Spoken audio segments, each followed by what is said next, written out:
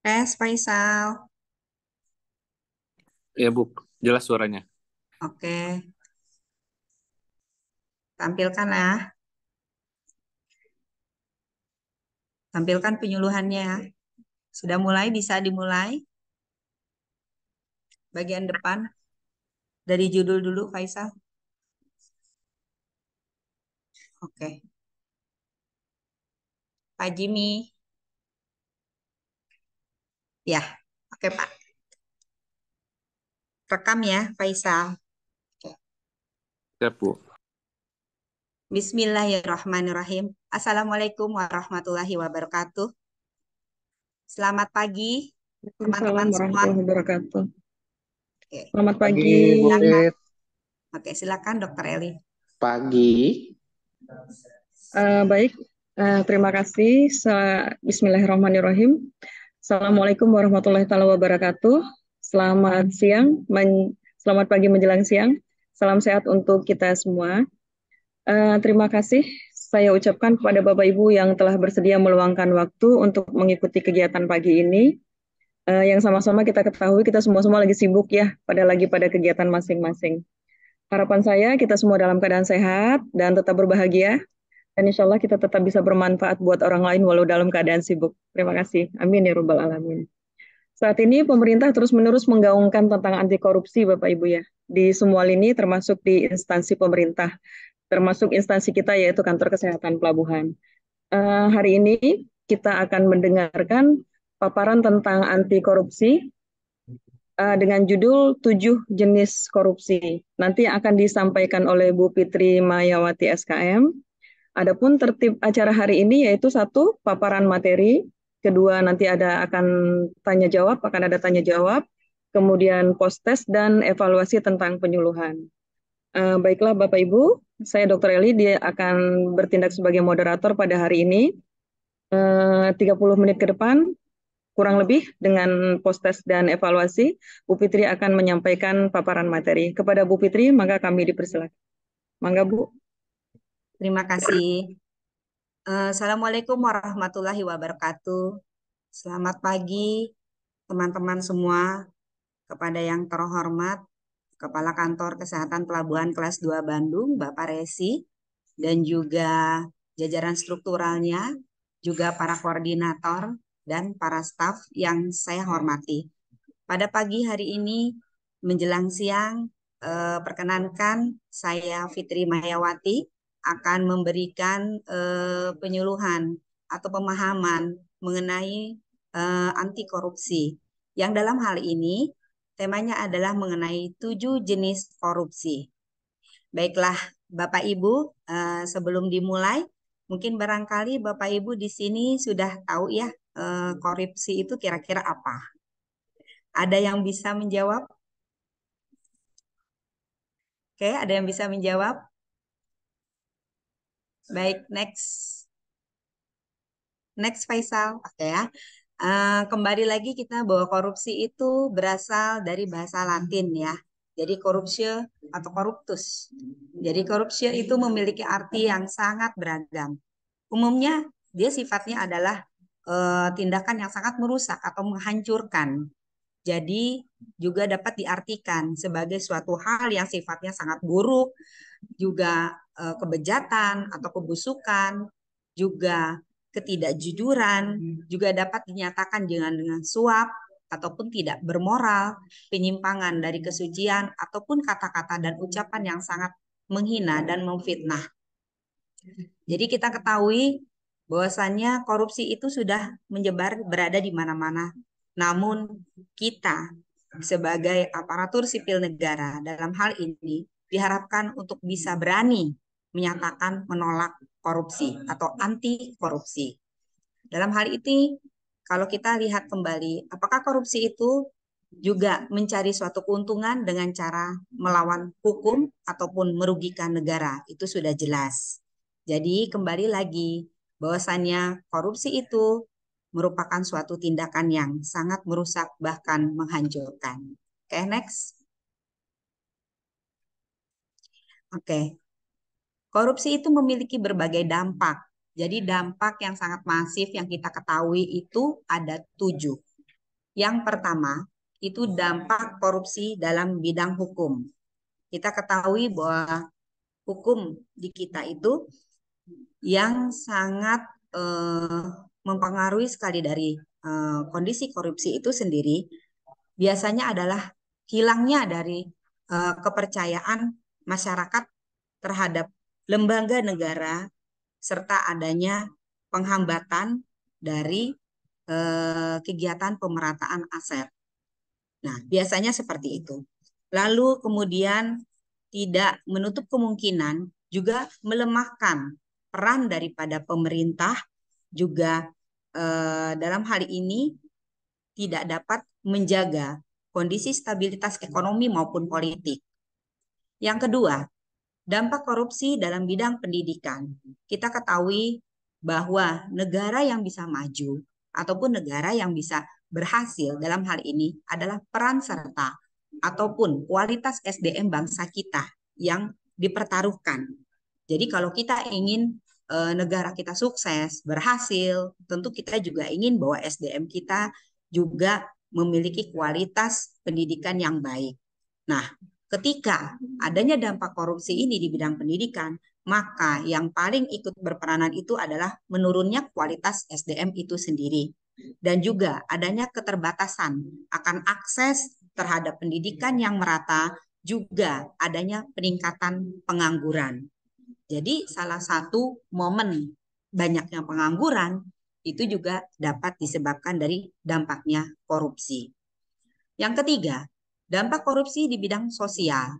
Kita ketahui bila mana ada korupsi yang merajalela itu akan mengakibatkan kondisi tatanan sosial di masyarakat itu juga menjadi terganggu. Salah satunya apa? Keterbatasan akan akses untuk bisa hidup layak. Jadi kalau misalkan kita melihat bahwasannya masih bahwa masyarakat kita dengan kondisi kehidupan yang kurang layak, kurang berkualitas, kurang terpenuhi kehidupan sosialnya dengan yang baik. Nah, itu merupakan salah satu juga dari dampak korupsi. Adanya jurang kemiskinan yang semakin besar dan juga adanya angka kriminalitas yang semakin tinggi. Yang keempat, dampak korupsi pada bidang ekonomi. Dalam bidang ekonomi, kita melihat adanya hambatan pada sektor industri, kemudian produksi juga menjadi tidak berkembang, kemudian rendahnya daripada kualitas barang, kualitas jasa ya bagi publik, lalu lesunya pertumbuhan ekonomi yang kita ketahui harusnya dapat diinvestasikan dengan baik. Yang kelima, dampak korupsi dari bidang pertahanan. Nah, kalau kita lihat dari bidang pertahanan ini, maka bila mana ada korupsi di bidang pertahanan kita, maka akan melemahkan dari garis batas negara kita dan juga sumber daya manusianya. Yang keenam, di bidang kesehatan. Nah, ini poin penting kita, karena kita ternyata berada di bidang kesehatan. Bidang kesehatan itu kita perhatikan, jika ada dampak korupsi, maka akan menjadi mahalnya fasilitas kesehatan itu sendiri, kemudian adanya keterbatasan dari akses kesehatan yang layak, yang harusnya masyarakat bisa memperolehnya dengan baik. Kemudian kita melihat akan adanya penurunan terhadap harapan hidup, kemudian kualitas dari perolehan kesehatan yang lebih memadai. Dan berikutnya adalah dampak korupsi pada bidang politik. Jika dalam politik sudah merambah kondisi korupsi, maka tidak memungkinkan akan terdapatnya pemimpin-pemimpin yang korup, pemimpin-pemimpin yang mungkin akan merasakan lebih nyaman dengan kondisi itu, tetapi tidak mau bergeser pada hal-hal perbaikan atau pembaruan, dan juga ada hancurnya kedaulatan rakyat. Next. Faisal. Oke. Ini adalah 7 jenis korupsi menurut Undang-Undang Tipikor. Jadi 7 jenis korupsi ini yang mau tidak mau kita harus mengenalnya dan kita harus dapat membedakan supaya kita tidak termasuk berada di dalamnya. Yang pertama, korupsi yang terkait dengan masalah kerugian keuangan negara. Biasanya mencari suatu keuntungan yang dapat melawan hukum dan juga menyalahgunakan jabatan bagi keuntungan untuk merugikan negara itu sendiri. Nah, itu termasuk ke dalamnya merupakan kerugian negara. Yang kedua, kondisi suap menyuap. Kondisi suap menyuap itu biasanya dilakukan oleh pejabat pemerintah untuk memberikan suatu suap atau menerima uang, pemberian uang ataupun hadiah yang dilakukan untuk tidak melakukan sesuatu yang bertentangan dengan kewajibannya. Jadi hubungannya biasanya pada perbedaan hukum yang formil maupun secara material. Yang ketiga, korupsi yang terkait dengan penggelapan dalam jabatan. Misalnya seperti ini, penyalahgunaan jabatan. Tindakan dari seorang pemerintah atau pejabat pemerintah dengan kekuasaan yang dimilikinya, dia mampu melakukan penggelapan laporan keuangan, menghilangkan barang bukti, dan membiarkan orang lain untuk menghancurkan bertujuan untuk menguntungkan diri sendiri dan juga untuk merugikan negara. Berikutnya, oke, korupsi yang terkait dengan perbuatan pemerasan. Jadi ini dimaksud dengan adalah pemerasan yang merupakan tindakan yang umumnya dilakukan oleh pegawai negeri sipil ataupun penyelenggara negara yang tujuannya adalah untuk menguntungkan diri sendiri ataupun orang lain yang secara melawan hukum atau menyalahgunakan kekuasaannya dan memaksa seseorang untuk membayar, untuk menerima, untuk mendapatkan potongan ataupun mengerjakan sesuatu bagi dirinya sendiri. Berikut adalah korupsi yang termasuk dengan perbuatan curang. Jadi kalau perbuatan curang ini identik dengan yang namanya pengadaan barang dan jasa. Jadi pada pengadaan barang dan jasa itu terdapat pelaku pemborong, pelaku rekanan yang ada hubungannya dengan kita sebagai pengguna. Nah, biasanya pelaku kecurangan itu dilakukan untuk mengakibatkan kerugian terhadap orang lain karena ingin memperkaya diri sendiri dan juga melakukan kerugian terhadap keuangan negara. Berikutnya, yang keenam adalah korupsi yang terkait dengan benturan kepentingan. Benturan kepentingan juga berhubungan dengan pengadaan barang dan jasa. Umumnya seperti itu. Misalnya, proses tender itu seharusnya dilakukan dengan kondisi yang bersih, kondisi yang jujur, dan juga instansi atau kontraktor yang rapotnya paling baik biasanya, itu yang harusnya bisa terpilih. Namun, biasanya ada penawaran terhadap biaya yang paling kompetitif, maka biasanya instansi atau kontraktor yang akan ditunjuk oleh pihak yang menyeleksi supaya dapat tidak diperbolehkan sebagai peserta. Jadi ada benturan-benturan kepentingan di dalamnya yang diharapkan dapat memberikan kepentingan ke dua belah pihak. Nah, itu bisa terjadinya suatu korupsi. Yang ketujuh, korupsi yang terkait dengan gratifikasi.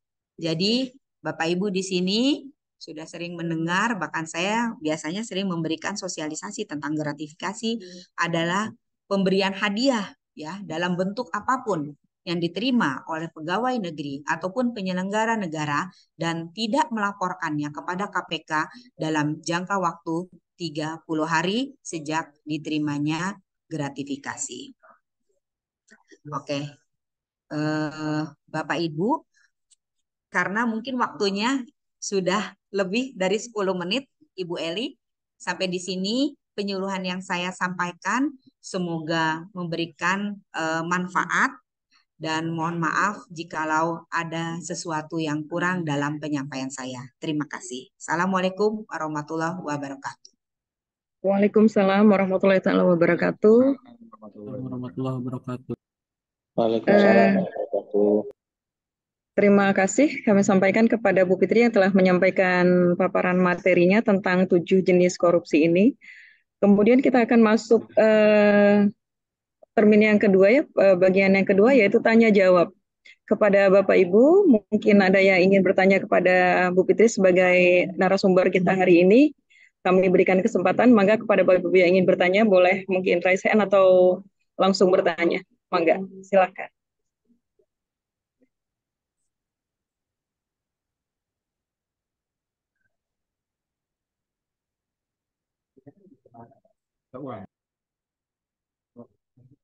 Mungkin ada yang ingin ditanyakan yang sehubungan dengan sistem pelaporan dari anti korupsi dan yang lain-lain yang nanti akan kita bangun untuk kegiatan rutin yang harus dilaksanakan sebagai rencana tindak lanjut. Silakan. Baik, ini kita lihat sudah ada 2 yang resen. Oke. Mangga pertama mungkin kepada Bapak Ripi, mangga dipersilakan Pak Ripi. Terima kasih Dr. Eli atas kesempatannya. Assalamualaikum warahmatullahi wabarakatuh. Waalaikumsalam. Waalaikumsalam warahmatullahi wabarakatuh. Terima kasih Bu Fitri, paparannya sangat clear sekali, sangat jelas sekali. Mudah-mudahan kita bisa dengan sosialisasi ini kita bisa mengimplementasikan budaya anti korupsi di instansi kita. Insya Pertanyaan saya, dari ketujuh jenis korupsi ini, yang mana yang sering terjadi di instansi?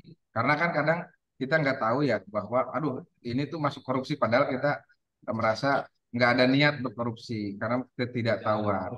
Kemudian solusinya bagaimana agar paling tidak meningkatkan pengetahuan dan kesadaran pegawai untuk menghindari korupsi-korupsi tersebut. Demikian, Dr. Eli, terima kasih. Assalamualaikum warahmatullahi wabarakatuh. Waalaikumsalam warahmatullahi wabarakatuh. Mungkin langsung dijawab Bu Fitri. Silakan Bu. Oke.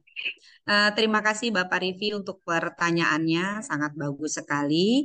Untuk dari 7 jenis korupsi yang tadi saya berusaha untuk menjelaskan, memang tidak menutup kemungkinan bahwa itu bisa saja terjadi di setiap instansi pemerintahan, di setiap penyelenggaraan pemerintahan, ataupun mungkin di antara kita sebagai aparatur sipil negara. Yang paling terlihat sekali itu umumnya adalah kegiatan yang berhubungan dengan gratifikasi dan juga penyuapan, suap menyuap, ya. Bukan berarti di antara itu tidak penting ya, itu tetap menjadikan suatu perhatian agar kita dapat berupaya untuk tidak melakukan hal-hal yang seperti itu. Namun yang paling sering umumnya, contohnya seperti gratifikasi, masih banyak masyarakat kita yang sebenarnya mereka tidak tahu persis bahwasannya mereka berusaha untuk menyenangkan kita, mengucapkan terima kasih sebenarnya dengan hal-hal yang mungkin kalau kita lihat itu sepele ya, pemberian makanan, pemberian minuman yang mungkin harganya tidak mahal. Tetapi sebenarnya dengan masyarakat melakukan hal-hal yang seperti itu akan membuat suatu celah adanya suatu gratifikasi yang kita terima yang sebenarnya tidak diperbolehkan. Nah, umumnya seperti itu. Oleh karena itu mungkin barangkali nanti yang akan datang, penyuluhan itu sebenarnya lebih penting diberikan lagi kepada masyarakat secara umum, terutama para pengguna jasa maupun agen yang terkait dengan kita. Kemudian satu lagi, suap.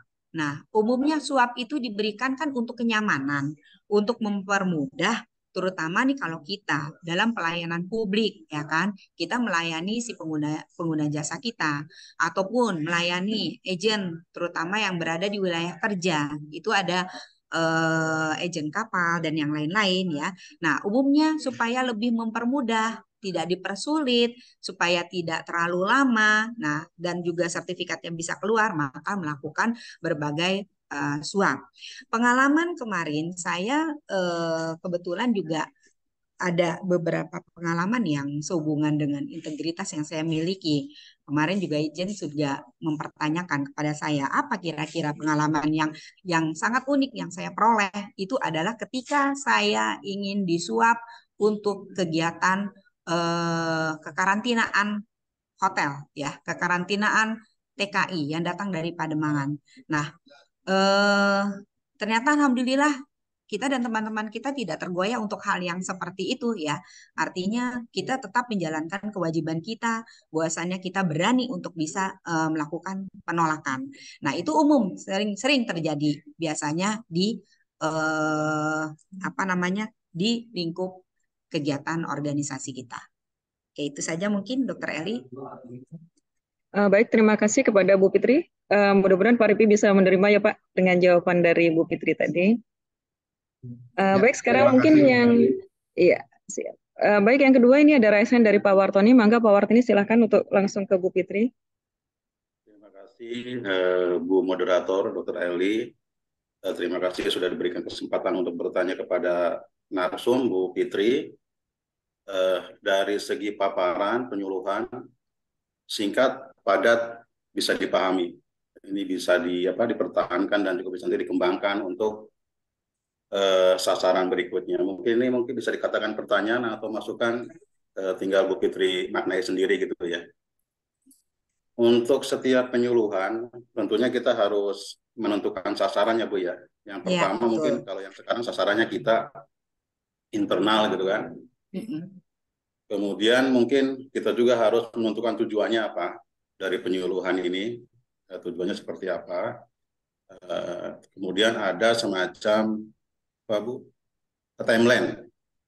Jadi penyuluhan yang sekarang itu bukan hanya menunaikan kewajiban diminta oleh tim KPK atau tim APIP untuk melakukan penyuluhan, tapi lebih dalam, lebih lanjut adalah menyusun timeline. Tahapan-tahapan mungkin jangka pendek, jangka menengah, dan jangka imah, Pak. Jangka rumah. Juga perlu mungkin dibentuk namanya dalam pelaksanaan tersebut adanya monitoring oleh Ibu. Ibu sendiri kan perlu kita kendalikan nih, misalkan ada tim pengendali.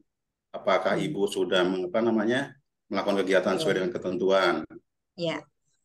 Kemudian tentu perlu dilakukan evaluasi dan yang terakhir adalah improvement, perbaikan-perbaikan dan rencana tindak lanjut.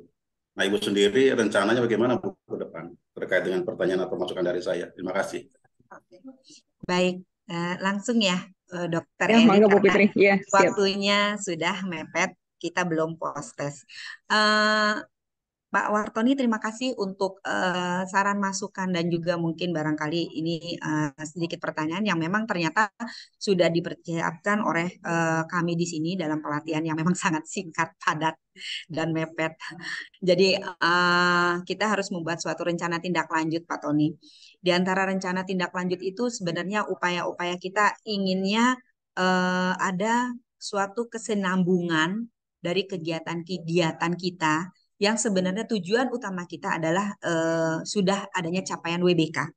Jadi apa yang harus kita lakukan di antaranya itu sebenarnya sudah ada nih template-nya, yaitu public campaign.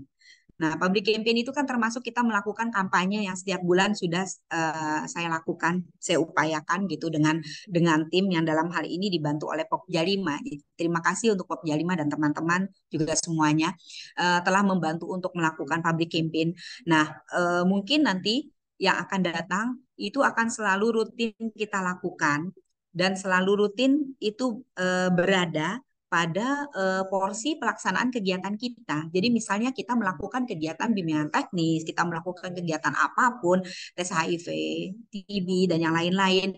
Nah, di dalam kegiatan-kegiatan itu bisa kita implementasikan kegiatan-kegiatan penyuluhan ini. Satu itu rencana tindak lanjutnya. Kemudian yang kedua, secara rutin akan dilakukan pembuatan pelaporan yang dapat dilakukan baik itu berkala ataupun setiap tahun. Begitu Pak Tony. Satu hal mungkin harapan saya, sebenarnya saya berharap untuk kebijakan kantor dalam hal ini, Pak Resi dan teman-teman untuk sangat memperhatikan sekali bahwa penyuluhan itu bukan hanya dilakukan secara tatap muka, secara daring, secara langsung komunikatif, tetapi juga dilakukan dengan penggunaan banner ya. Jadi penggunaan banner, penggunaan spanduk itu harus memperhatikan ketepatannya, krusialnya, kapan kira-kira yang paling tepat kita lakukan, kita berikan gitu ya. Dan di sana mungkin kalau misalnya dalam pelaksanaan kegiatannya seiring dengan berjalannya pelaksanaan kegiatan kita, maka penyuluhan-penyuluhan anti korupsi itu juga bisa kita sisipkan. Sehingga masyarakat ataupun pengguna jasa itu sangat mengetahui bahwasannya kita komitmen untuk urusan itu, bahwa kita komitmen untuk melakukan anti korupsi. Demikian. Terima kasih Terima kasih, Bu. kepada Bu Fitri. Kayaknya cukup lengkap ya Pak ya. Cukup seperti kata Pak Ya. Tony tadi, singkat dan cukup padat. Kita bisa paham dengan apa yang disampaikan oleh Bu Fitri. Terima Mungkin diberi kasih. kesempatan, mana tahu ada yang bertanya lagi? Silakan Bapak Ibu. Berhubung waktu kita tidak panjang, tidak cukup banyak. Bapak. Gimana Pak Resi?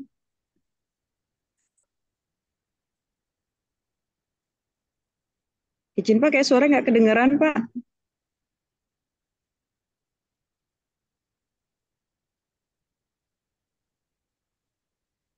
Suara. Suaranya nggak keluar Pak Resi.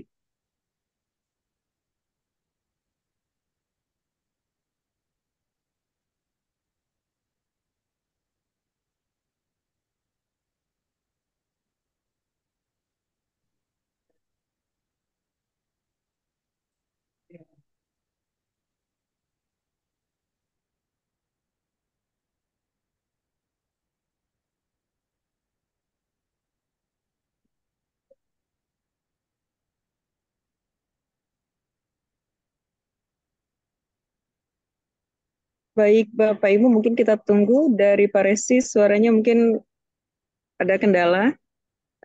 Setelah ini nanti mungkin ada post-test ya Bapak Ibu. Post-test ini akan kita berikan waktu sekitar 5 menit. Tidak banyak sih pertanyaannya. Ada sekitar 3 pertanyaan, namun ada yang esai sedikit gitu ya. Ya Bu Fitri ya, 3 pertanyaan esai ya. Ya. Gimana Pak Resi?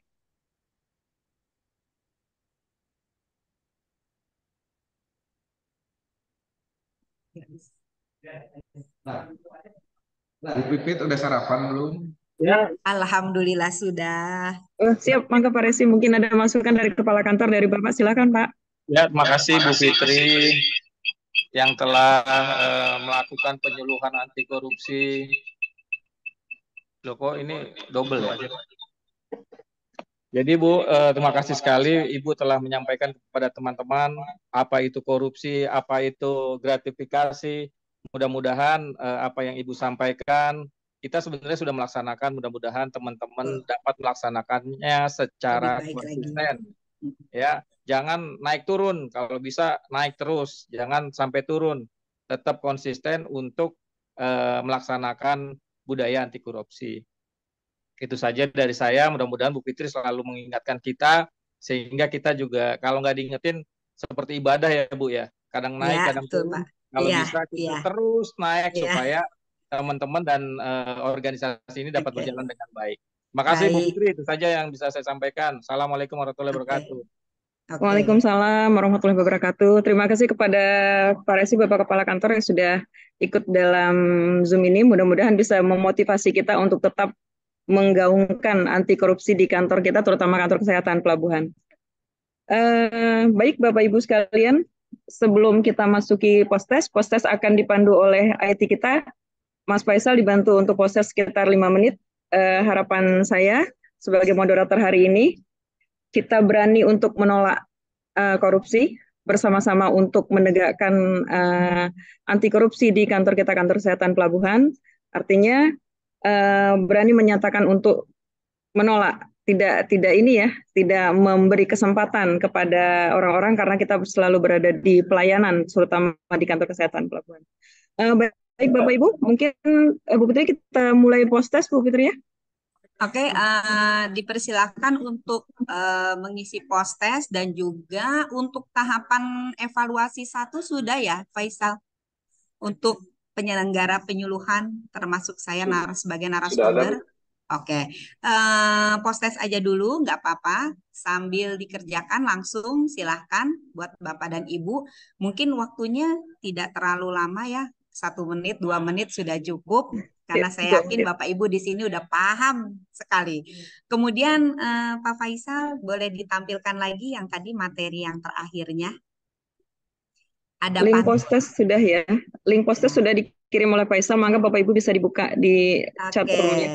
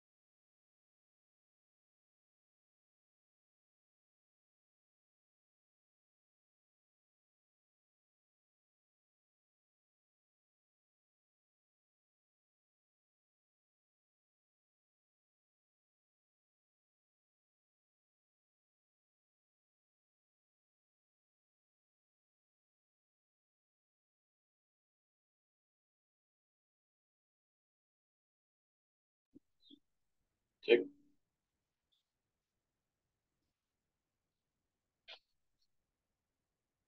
Tes.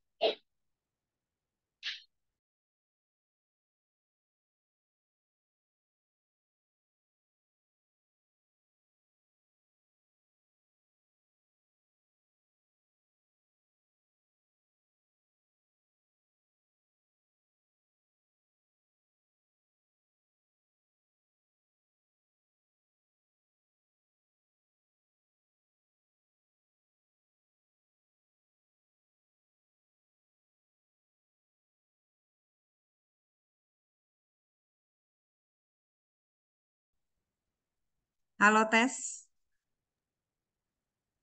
Tes kedengaran Bu Fitri, kedengaran. Oke, punten.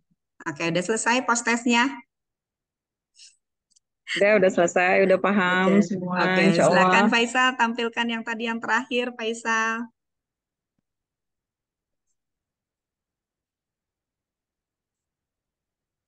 Oke, baik Bapak Ibu, terima kasih untuk kehadirannya pada siang hari ini.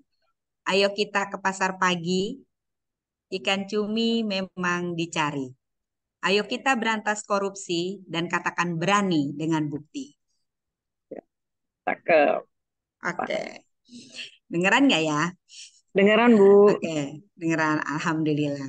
Jika ada piring dan nampan, boleh kita bersama untuk makan. Mohon maaf jika kurang berkenan, penyuluh pun pamit untuk sekian.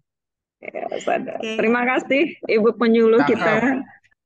Pantunnya cukup mengena, cukup masuk dengan judul materi kita pada hari ini. Insya Allah kita bersama-sama bisa mewujudkan anti korupsi di KKP Bandung, di KP kelas 2 Bandung.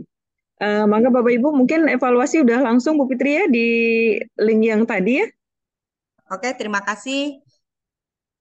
Oke, terima kasih. Nanti bisa di-save. Yang lainnya udah ya, udah selesai ya. Ya, mungkin kita langsung masuk penutupan Demikian Bu Fitri. disampaikan. Oke, silakan. Terima kasih kepada Bapak Ibu semuanya, terutama kepada Bapak Kepala Kantor, Pak Adum, para koordinator dari setiap substansi, dan para Bapak Ibu sekalian yang telah berkenan untuk mengikuti kegiatan hari ini. Harapannya bermanfaat untuk kita, dan insya Allah kita tetap menjadi orang yang bermanfaat untuk orang lain. Harapan kita, mari bersama-sama kita berantas korupsi, terutama di Kantor Kesehatan Pelabuhan Kelas 2 Bandung. Terima kasih Bapak Ibu, sekian pertemuan kita hari ini. Saya pamit undur diri. Dr. Eli Farida sebagai moderator, terima kasih. Assalamualaikum warahmatullahi wabarakatuh. Waalaikumsalam warahmatullahi wabarakatuh. Terima kasih untuk semuanya. Terima kasih, izin lip ya.